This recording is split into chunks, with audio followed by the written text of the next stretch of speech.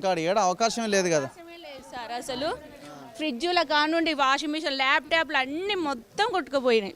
ఒక్కటి అంత బురదే. ఫస్ట్ రోజు వచ్చినప్పుడు పోలీసు వాళ్ళకి హెల్ప్ కోసం కాల్ చేసినా ఎవ్వరు పట్టించుకోలేదు. అసలు ఒక రాజకీయ నాయకుడు కానీ ఎవరైనా సార్ అసలు మాకు వసతే లేదు. అసలు ఎక్కడ పడుకుందామన్నా కానీ ఒక చెద్దరు కాను అన్ని ప్రతి ఒక్కటి తడిసిపోయినాయి సార్. కనీసం ఎక్కడైనా వసతి ఇచ్చినా మేము పడుకోవడానికి కూడా కింద వేసుకోవడానికి కూడా పిల్లలకు కప్పడానికి కూడా అసలు ఏమీ లేకుండా మొత్తం అసలు మమ్మల్ని పట్టించుకునేటోళ్ళే లేరు సార్. అసలు లేడీస్ సమస్య అయితే ఇక మేము చెప్పలేంది అది ఇక అసలు అసలు ఎంత దారుణమైన సమస్య సార్ మాకు. అసలు నిన్న రేవంత్ సీఎం గారు వచ్చారు కానీ ఇంటింటి 10,000 ఇస్తే అయిపోయిద్దా సార్? ఇక 10,000తో ఈ బురద కూడా ఎత్తలేరు.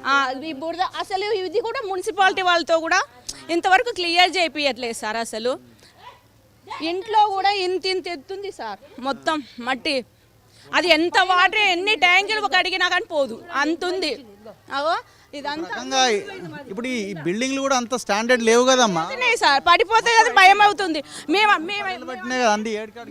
మేమేమన్నామంటే ఇప్పుడు ఇవి కూలిపోయేటట్టు ఉన్నాయి. మాకు ప్రాణ నష్టం ప్రాణ భయం కదా సార్ మాకు. అయితే ఇప్పుడు ఎక్కడైనా మాకు వసతులు కల్పించమంటే అసలు దాని గురించి మాట్లాడట్లేదు వాళ్ళు. ఏమన్నా మీకు రైస్ పంపిస్తాం మేము ఎక్కడ వండుకుంటాం సార్ మేము? అసలు చెప్పండి. అన్నీ అసలు వండుకునే ఉందా సార్? మాకు వండుకునే ఇది ఉందా అక్కడ? సీఎం గారు వచ్చి మా ఇంటింటికి 10,000 ఇస్తాం. మరి మా అన్ని ప్రతి ఒక్కటి ఇప్పుడు మళ్ళీ కొత్త జీవితం ప్రారంభించేటట్టు ఉంది సార్ మాది. అన్ని ఒక స్పూన్తో సహా అన్ని కొట్టుకొని వెళ్ళిపోయినాయి అన్ని వాటర్కి. పిల్లలు ఎట్లా ఇప్పుడు? పిల్లలు సార్ ఇవే బట్టలు సార్ మాకు. ఇక ఏమున్నాయి బాబు? అవి బట్టలే సార్. బట్టలు మొత్తం ఎందుకు ఇట్లా అయిపోయినావు? మరి అందరం చేసుకోవాలిగా సార్. ఇక రూమ్ క్లీన్ చేసుకోవాలిగా. అది రాత్రి కూడా ఎక్కడ పడుకుందామన్నా అసలు ఊరూరు తిరిగినాం సార్ మేము. అసలు అంత ఎక్కడికి పోయినా కానీ వద్దమ్మ ఇక్కడ వద్దమ్మ అంటున్నారు కానీ ఎవరైనా ఉండమని అనట్లేదు. వీళ్ళు కూడా మరి ఇక్కడ పెద్దోళ్ళైనా చెప్పాలి కదా సార్. మరి పలానా ప్లేస్ ఉంది అక్కడ ఉండండి అని. మీకేమి లేదా సార్? అసలు ఇప్పుడు మళ్ళీ నైట్ అయితే మేము ఎక్కడ స్కూల్లో లేకపోతే ఇంకేదైనా లేదు. ఎక్కడికి వెళ్ళాలని మేము ఫోన్ చేస్తే ఇప్పుడు షర్మిల అక్కడ కట్టించింది అందులో ఉన్నాం ఒక్క నైటే. అది వాళ్ళు కూడా అంటున్నారుగా మా సారు ఉండొద్దు అన్నాడు మిమ్మల్ని అని వాళ్ళు కూడా అక్కడ అంటున్నారు. ఇదేం సత్రం అది ఇదని వాళ్ళు మాట్లాడుతున్నారు. ఎక్కడ పడుకున్నావు అమ్మ నైట్? గుళ్ళో పడుకున్నావు. ఎందుకు ఈ బురద అంతా ఎందుకు?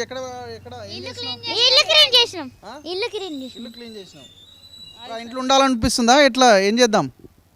అయితే మేము అన్నాం ఏమన్నాం అంటే సార్ ఇప్పుడు మేము సామాన్లన్నీ ఇదైపోయినాయి మనకు పనికి రావు. ఇప్పుడు మాకు ఏదైనా వసతి కల్పించండి. మరి ఈ కూలిపోతే మేము అది కూడా నష్టమే కదా సార్. చనిపోతే ఇంకా అసలే. అందుకే ఎక్కడైనా ఇగో ఇప్పుడు అవన్నీ ఖాళీనే ఉన్నాయి సార్. వెనక కట్టినవన్నీ అందులో అయినా మాకు ఇవ్వచ్చుగా వసతి అది. ఓకే.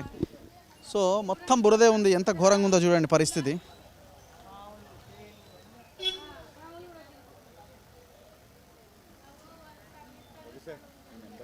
అదే ఇస్తాను. ఇదేందమ్మా ఇది?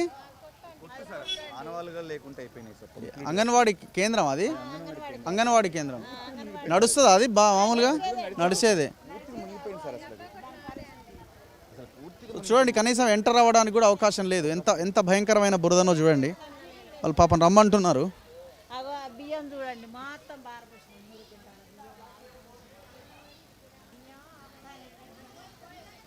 పరిస్థితి ఎంత భయానకంగా ఉంది చూడండి.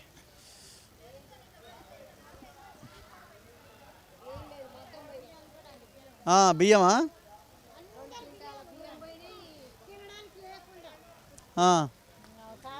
అయ్యయ్యో అంత ఆగమాగం ఉంది కదమ్మా.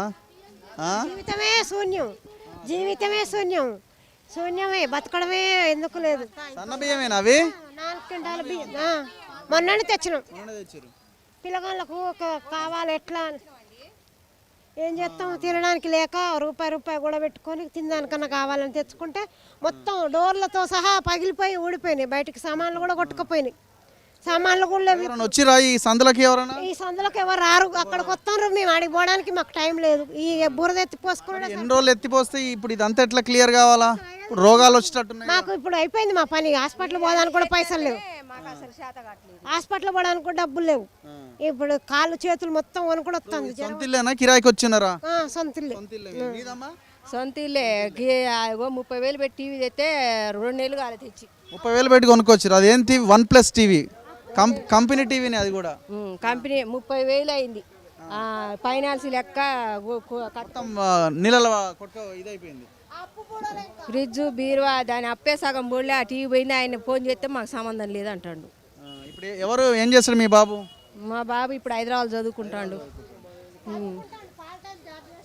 అంత ఘోరం చూడండి పాపం, అంత పేదోళ్ళే. ఏం పని చేస్తారమ్మా? లోడింగ్ బండలు మోయడానికి. ఇంటికి 1,00,000 రూపాయలు లాస్ వచ్చింది.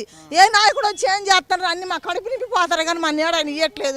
అంటే వాటర్ ప్యాకెట్, భోజనం ప్యాకెట్, భోజనాలు, వాటర్లు 5 కిలోలు 10 కిలోలు బియ్యం ఇస్తారు కానీ మాకేం ఇవ్వట్లేదు అయ్యా. మీరు ఏం చేస్తారో మేము ఏం చేస్తారో మా నష్టపరిహారం కంపల్సరీగా కట్టియాలి మాకు. ఇంటికి కింద వాళ్ళకి ఇంటికి 1,00,000 రూపాయల లోపు లాస్ వచ్చింది. టీవీలు, వాషింగ్ మిషన్లు మొత్తం కొట్టుకపోయినాయి. కట్టు బట్టలతో బయటకు వచ్చినాం. ఇక వచ్చి ఇవన్నీ కడుక్కుంటాను. బట్టలు కొన్ని పంచిండ్రు, మంచినీళ్ళు పంచిర్రు, అన్ని పంచిర్రు. కానీ మాకు మీరు ఇచ్చే 10,000 రూపాయలు దేనికి వస్తాయి? మా పిల్లగారు చదవకుండా సబ్టిక్కట్లు కూడా పోయినాయి. అసలు ఏమైనా లేవు. సబ్టిక్కట్లు కూడా మొత్తం కొట్టపోయినాయి. కొంతమంది బంగారాలు కొట్టపోయినాయి, అన్నీ కొట్టపోయినాయి. మాట్లాడాడమ్మా. ఓ భద్రమత్త రావు, మీడియా ముందు మాట్లాడరా? అయ్యో పోనీ పోనీ, ఆమె ఎందుకు అంత దూరం నుంచి నడిపిస్తున్నావు? ఉండని ఆడ. అరే రే రే, అంత ఆగమేనా?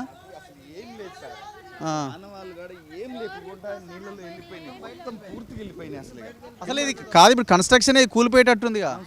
పిల్లల సర్టిఫికెట్లతో సహా డబ్బులు, పాప బంగారంతో సహా పోయింది సార్. సర్టిఫికెట్లు కొన్ని ఏరుకొని బట్టలన్నీ ఉతుక్కొని పైన పెట్టుకున్నాం సార్. ఇక ఆ బట్టలు ఒకసారి ఈ బిల్డింగ్ కన్స్ట్రక్షన్ చూపించి ఎంత ఇదైపోయిందో మొత్తం. అంత ఇది కూలిపోవడానికి రెడీ. ఏ ఇయర్లో కట్టిరు? ఇంత అద్భుతంగా కట్టిరుగా సార్. అప్పుడే రాజశేఖర రెడ్డి హయాంలో కట్టిరు. అంతా ఒకేసారి సార్ ఇవన్నీ. సార్ మిమ్మల్ని ఎలా కాంటాక్ట్ అవ్వాలో, పిల్లల కోసం దాచుకున్న డబ్బులన్నీ వెళ్ళిపోయినాయి సార్. ఏం చేయాలో తెలియదు సార్. చూడండి ఈ మొద్దులు సార్, ఈ మొద్దుల లోపలికి వచ్చిన పాములు ఇలా వచ్చింది సార్. ఇదేనా వాగు? ఇదంతా వాగే. ఆ గుట్టపై కనిపించే ప్లేస్ వరకు వచ్చింది సార్. ఆ పైన వరకు వచ్చింది. పైన వరకు కనిపిస్తుంది కదా సార్, ఆ మట్టి కనిపిస్తుంది గుట్ట దగ్గర. ఓకే, అక్కడికి వచ్చేసింది సార్. అక్కడికి పైకి ఇంకా. ఓకే, నేను మళ్ళీ వస్తాను. ఓకే, సో ఇది వాగు పక్కనే ఉన్న ఏరియా. ఇది రాజీవ్ గృహకల్ప హౌజెస్ ఉన్నాయి. ఇవి గత గవర్నమెంట్ కట్టించింది. అంటే అప్పుడు అంతకుముందు రాజశేఖర రెడ్డి హయాంలో కట్టిన ఇండ్లు ఇవన్నీ కూడా టోటల్గా కూలిపోవడానికి సిద్ధంగా ఉన్న ఇళ్ళలాగా కనిపిస్తున్నాయి. సో గవర్నమెంట్ ఇక్కడ వీళ్ళందరినీ, అసలు ఈ ఇండ్లు పనికిరావు ఒక రకంగా చెప్పాలంటే. ఈ బురదలో వీళ్ళని ఉంచడం కంటే వీళ్ళందరినీ ఇక్కడి నుంచి తరలించి వాళ్ళకి వేరే ఇండ్లు ఇవ్వాల్సిన అవసరం ఉంది. రెంటెడ్ ఉన్న వాళ్ళకి కూడా వేరే అంటే ఏదైనా గృహ నిర్మాణం కల్పించాల్సిన అవసరం కనిపిస్తున్నది. సో చాలా దారుణంగా ఉంది సిచ్యువేషను, చాలా వరస్ట్గా ఉన్నది. సో ఇంకా మరిన్ని ప్రాంతాలు చూద్దాం పరిస్థితి. వాళ్ళకి ఇచ్చే ఆహార ప్యాకెట్ల కోసం వాళ్ళ పాపం లొల్లి. వాళ్ళు ఏదో మాకు ఇచ్చిర్రు మాకు ఇవ్వలేదు అన్నది ఆ లొల్లి నడుస్తూ ఉన్నది. ఎంత ఘోరం చూడండి. చివరికి పులిహోర ప్యాకెట్లకి, వాటర్ ప్యాకెట్లకి కొట్టుకోవాల్సిన దారుణమైన పరిస్థితి ఏర్పడ్డది. ఓకే, సో గవర్నమెంట్ ఇమీడియట్గా రెస్పాండ్ కావాలి. అనుకున్నంత స్థాయిలో మీరు మాట్లాడట్లేదు, డిపార్ట్మెంట్స్ మధ్య కోఆర్డినేషన్ లేదనేది చాలా స్పష్టంగా కనిపిస్తున్నది. అధికారులు ఎందుకు వీళ్ళందరినీ అలర్ట్ చేయలేకపోయారు? సర్టిఫికెట్లు కూడా నానిపోయే సిచ్యువేషన్ ఎందుకు వచ్చింది పిల్లలవి? సో తక్షణం గవర్నమెంట్ యుద్ధ ప్రాతిపదికన చర్యలు ప్రారంభించాలి. కెమెరామెన్ పాషాతో రఘు, మన తొలి వెలుగు.